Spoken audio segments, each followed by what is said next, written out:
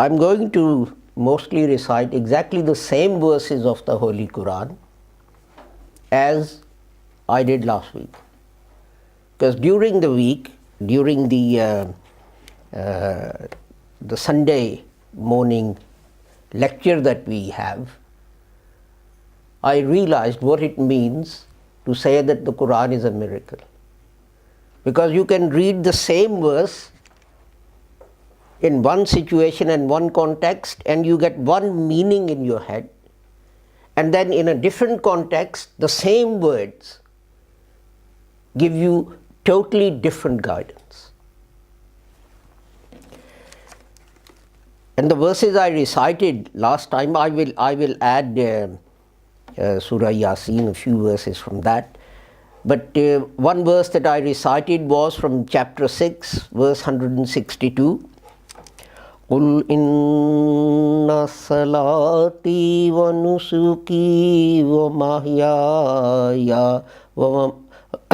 وَمَمَاتِي لِلَّهِ رَبِّ الْعَالَمِينَ. Declare, my prayer and my sacrifice and my life and my death are all for Allah, who is the master of the whole universe. The other verse that I recited last time was from chapter 76. I've gone to the wrong chapter. Chapter 76, verse 8. وَيُطْعِمُونَ الطَّعَامَ عَلَى حُبِّهِ مِسْكِينًا وَيَتِيمًا وَأَسِيرًا. And they give sustenance, and they give food out of love for Him, out of love for Allah. And who they give it to? To the poor and to the orphans and to the captives, to the slaves. But to that I want to add a verse, some verses of Surah Yasin to which Zahid drew my attention, and I'll just read the English translation. That you may warn a people, the message is sent that you may warn a people whose fathers were not warned. So they are heedless. Because they didn't get guidance, they didn't give a message, they are heedless. The word has indeed proved true of most of them, so they believe not. Surely we have placed on their necks chains reaching up to the chins, so they have their heads raised aloft. And we have set a barrier before them and a barrier behind them. Thus we have covered them so that they see not. And it's alike to them whether you warn them or whether you don't warn them. They will not believe. And this came to mind, and in fact Hazrat Maulana Muhammad Ali and Dr. Bisharat Ahmad Sahib have already written extensively on this, and to some extent this is the problem with being a member of the Lahori Ahmadi Jamaat. You come up with a wonderful idea only to find that people like Khwaja Kamaluddin and Hazrat Maulana Muhammad Ali and so on, they said it 100 years ago. So but Hazrat Maulana Muhammad Ali in particular and Hazrat Dr. Bisharat Ahmad Sahib also have written on this, and this is in the context of slavery. The chains that Surah Yasin talks about placed around people's necks represent chains of slavery. But when we talk about slavery, we only think of people being bought and sold. A big marketplace, someone goes there and buys up some men or women or whatever. If you go to, I think it's called the Topkapi Palace in Istanbul, there's a notice saying that this area is for the girls which were purchased in Europe and then taken to Turkey, and then they were trained in arts and literature and everything. And then they sat exams. And eventually, after 5, 6, 7 years, the one who came to the top, what happened to her? She married the crown prince and became the next queen. So a slightly different concept of slavery to what the American, Melanian people in America came across. But you see, if you look at something else, Ramanujan was an Indian clerk in a shipping office, and he read a book on geometry. And he said, this is a load of nonsense. So he wrote a paper on geometry, and he sent it to Professor Hardy. I think he was in Cambridge, and I think he sent it to 2 universities in the UK and a couple in America. No one replied to him because they thought this was what he'd written was a load of rubbish. But Professor Hardy did. And Professor Hardy said, but this is impossible. And Ramanujan said, why is it impossible? And Professor Hardy said, well, Euclid says so. And Ramanujan said, oh, what do I care about Euclid? Who is this guy called Euclid? You know, the greatest master of geometry born up until that time. And Ramanujan said, oh, what do I care about? I've never heard of him. Well, he says this, I say that. What makes you say he's right and I'm wrong? But the point is about mental slavery. You see, when everyone told school children, you can't do this, why? Because Euclid says it's impossible, it can't be done. So you were enslaved by this teaching, that this is impossible, it can't be done. So forget about it. So Hardy was astonished by Ramanujan's reply, and he arranged for Ramanujan to go from Bombay, where he was the shipping clerk, to Cambridge, etc. And he achieved many things. He worked out how you could trisect an angle using a compass and so on, and what the factorial of a fraction is and all these kinds of things. But unfortunately, he contracted TB and died very young. But the point is this, because Ramanujan's brain hadn't been enslaved into thinking that Euclid has said this and it can't be done, he opened up a whole new venue of research and knowledge. And that is as much slavery as anything else. That you restrict people's minds and their brains. You can't do this. Why? Newton said so. You can't do this. Why? Einstein said this. You can't do this. Why? And there's a similar story from United States. There was a mathematician called John Nash. He ended up winning the Nobel Prize for mathematics. And he came from a very poor family. And American top universities have this system that if they find someone brilliant, they don't charge him any fees, they give him a scholarship or a stipend, and the man goes to the university and he does research, etc. And one of the conditions of this is that they must attend lectures. Now, John Nash arrived at Harvard, but he refused to attend any lectures. So he was called in by the dean and said, you know, we're giving you all this money and all you seem to do is sleep in your dormitory. We never see you at any of the lectures. And he said, yes, I know, it's deliberate. And he said, why? He said, if I go to lectures, my professor will tell me, well, Mr. XY says this and this is the truth, and you can't argue against that. Why? Because Professor XY said this and he's got a Nobel Prize. So you would already condition my brain into thinking in certain directions. And I don't want that. I want to come up with something original. Sorry? Fresh idea. Fresh idea. Yes, yes. And his professor did point out that it may be that unless he comes up with a fresh idea soon, he may not have a job at the university. But he did come up with a fresh idea. And you know what the idea was? It was a verse of the Holy Quran. It was a verse of the Holy Quran. Hold fast to the rope of Allah. He put that into mathematical form and he won a Nobel Prize. You know what he said? He said, if you got a group of people and if they fight amongst each other, then they'll lose out against those outside the group.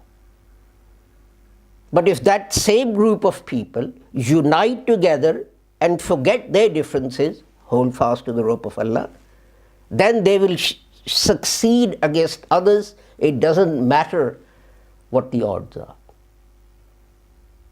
And he gave this mathematical form and he wrote a paper and then he won a Nobel Prize on that. But the point is about, you see, we always talk about just physical slavery. But there's many types of slavery. I had this the incident of someone came to me and we were talking about, why Ahmadis are different and so on. And I said, well, basically it all started with the death of Jesus, whether he is bodily sitting in heavens and will come down one day, or whether he has passed away. And the man listened to me and he said, why do you say Jesus has died? And I said, well, Holy Quran says this, the Holy Quran says this, the Holy Quran says this. And he listened to it all. And at the end he said, well, yes, this is very interesting. And from what you say, it seems to me that the Quran says that Jesus has died. But I will now go and ask my Maulana, and unless my Maulana says Jesus has died, I will not believe. See, this is another example of mental slavery. You don't want to do any thinking for yourself. And I mean, I had a similar example with another group, and they said, I bought some books by the Promised Messiah, and a member of their Jamaat brought them to me, etc. And he was all praise, Shahid Saab, you are reading these books for yourself and you're not taken in by Maulana's propaganda against us that we are kafirs and so on. Don't you think it's a great injustice to call us kafirs? And I said, no. He said, what? I said, no, not great injustice. He said, why? I said, you called them kafirs. And when they got into power, they called you kafirs, but they did it legally and constitutionally. He said, no, I don't call anyone a kafir. I said, what do you say? I say, everyone who recites the kalima is a Muslim. So I got out a book. Anyone who hasn't even heard the name of the Promised Messiah, even if he lives in a country where no one's even heard his name, if he doesn't take a pledge of allegiance, is a kafir and outside the fold of Islam. So he looked at the book, he turned the book upside down. At one point I thought he was going to turn himself upside down. But fortunately he didn't. And then you know what he said? I shall go and ask Khalifa Sahib. What else is slavery? You have a book in front of you which is clearly telling you something. In the case of the first person, there's a Holy Quran in front of you. And you say, oh yes, well it seems from the Quran that Jesus is dead. But my mind has been closed so much, I've been deprived of independent thinking so much, that unless someone tells me that this is so, I'm not going to believe it. Forget about the fact. How will you make progress if you ignore empirical evidence like this, that it's actually in front of you, it's written in the Holy Quran? But this is intellectual slavery. Sometimes I say things and people say, but, such and such elder of our Jamaat hasn't said this. Didn't they know the Quran better than you do? Of course they did. Of course they did. But my point is this. The distinct and distinguishing feature of this Jamaat is that our minds have been opened and freed. We are not enslaved by anyone else's interpretation. If Hazrat Maulana Muhammad Ali Rahmatullah Alayh disagrees with Imam Ibn Kathir, wasn't Imam Ibn Kathir a great man and a great scholar? And yet he says Jesus is sitting up in heaven. So should someone say, well, why is Hazrat Maulana Muhammad Ali Sahib Rahmatullah Alayh disagreeing with Imam Ibn Kathir?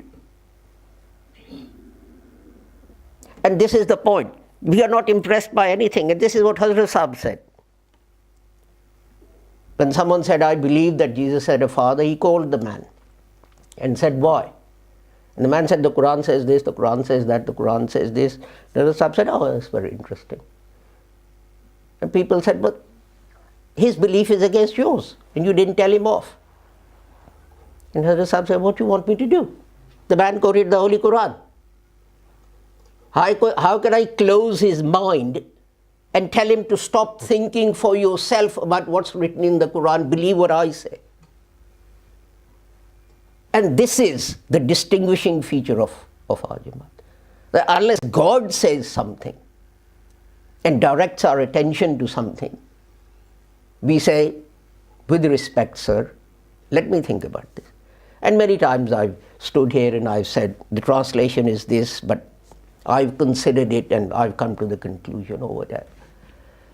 Therein lies the greatness of Hazrat Mirza Ghulam Ahmad. Therein lies the greatness of Hazrat Maulana Muhammad Ali. Because they were the people who actually freed us intellectually. Whereas all other groups, they say, Mr. X has written this, Maulana Y has written this, Sufi Z has written this. So we can't think of anything else. We can't even consider anything else. But apart from intellectual slavery, there is also, of course, social slavery. Look at our customs. Look at the funeral customs in Pakistan. What happens? What is the Islamic teaching? A person dies, you pay your condolences for 3 days. After that, you go about your business. Because it doesn't matter if you sit there and cry for 3 years. Healing will start once you start going about your business. Of course, everyone is hurt when whoever it is passes away. But now we have, not only do we have martyrdom of Hazrat Imam Hussain, but every year we have 40 days after that. Not only do we have Barsi now, previously we used to just have 40 days at the time of the funeral. Now they are saying annually when you do Barsi, well, for a start, when was the last time Muslims celebrated the passing away of the Holy Prophet Muhammad? Did anyone ever hear of that? No. But we love him. But our father or brother or wife or whoever it is, or uncle, he dies and we have to have a Barsi because we love them. So you love them more than you love the Holy Prophet Muhammad. And now, after the Barsi, you have to have 40 days. Where has that come from? And when you challenge these people, what will they say? Well, people will say his father died and he couldn't even feed the community for 40 days and have the Holy Quran recited in his name and the blessings transferred to him. So what are you? You are a slave to an un-Islamic tradition. You don't have the courage to say no. This is not Islam. Give me an example of the Holy Prophet Muhammad sallallahu alaihi wasallam's Barsi. Give me an example of his companions radiyallahu anhu and their Barsi. Give me an example of their 40 days. The Quran says A man will only be rewarded for what he does. You think I'm bad? We were at someone's funeral and we all got copies of siparas to read, etc. And the Maulvi Sahib was very impatient. He wanted us all to finish, and he went into the ladies and he said, "Will you please hurry up? Because I've got another appointment, I've got another scene. Once you finished, I have to transfer the blessings from you to this man who's died." And there's a lady present here laughing. He said, "Excuse me, Maulvi Sahib, I'm the one reading it. So who gives you the right to transfer the reward I'm going to get to this person? I refuse to give the reward I'm going to get to anyone else." So I had to go into the ladies and calm that lady down. That we were at but I mean, the point is right. It is God who rewards or punishes. Who are you to transfer the blessings to someone else? But all of these signs are of slavery. But we tend not to see them. We just carry it. This is what the Quran says, that guidance was, Surah Yasin says, guidance was sent. Why? Because they kept on, and this is one thing people say, "Oh, my father did this, my grandfather did this," and so on.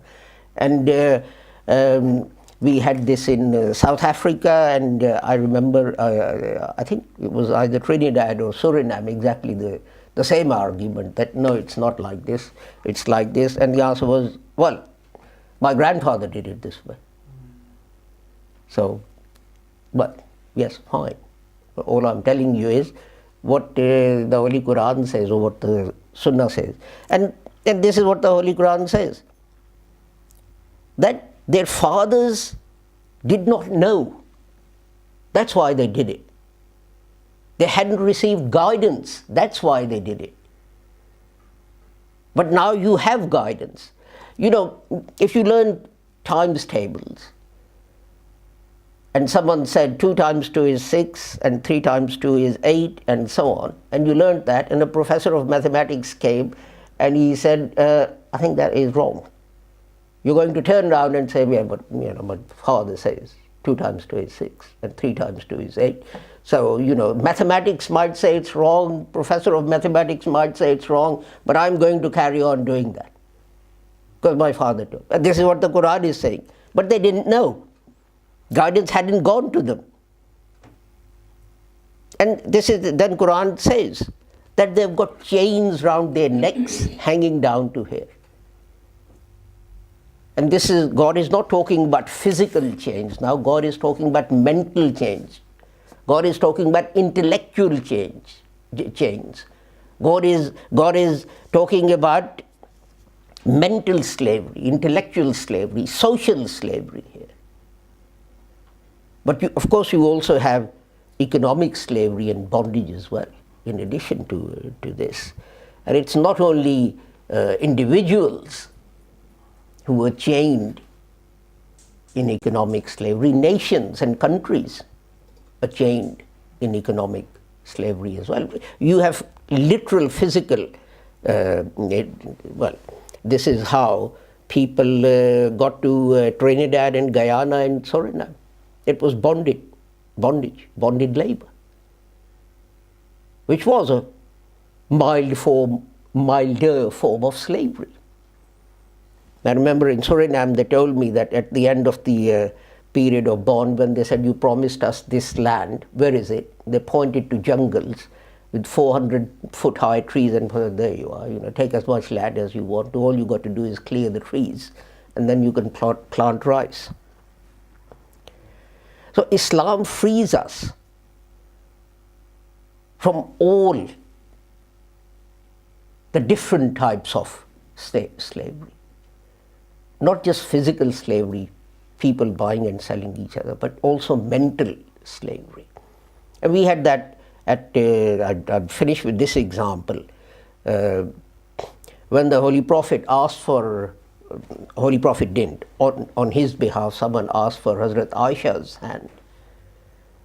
Hazrat Abu Bakr said, she is already engaged to someone, so I will ask them what is their opinion. And this is the answer every Ahmadi gets in Pakistan. So Hazrat Abu Bakr went to the boy's family and said, well, what are your intentions? When are you going to marry Aisha? And so on and so forth. And they said, but we've heard you are what? A Muslim. And you've left the traditions of our forefathers. So we can't tolerate that our boy should marry into such a family. You see, again the same reply. You've left the traditions of the... In another place, the Holy Quran says, and they refer to their forefathers what? Even though their forefathers didn't know anything, didn't know the right path, didn't know the right way, you're still going to keep on following that? So we should, and Hazrat Maulana in a speech that Zahid pointed out to me, says, it's strange. Actually, I forgot to mention one thing. In which book of Hadith a baby shower is mentioned? In which book of Hadith a birthday is mentioned? I just mentioned that. But, and Zahid pointed out this speech to me, in which Hazrat Maulana Muhammad Ali says that you borrow money at high rates of interest for your daughter's mehndi and the nikah and the walima and the birthdays and the chaliswas. But if I were to stand up and make an appeal for the Chinese translation of the Holy Quran, suddenly your pockets will be empty. It would be like that jacket that one of the Pakistani prime ministers threw into the crowd, and people said, look how generous he is, it has his wallet in it. And I said, but did the wallet have anything in it? That's the question you need to ask, not the fact that the jacket had the wallet, but did the wallet have anything? So we should be grateful to our elders, and we should carry their mission forward, not by slavishly following literally what is written down, but following the path of independent research and thinking,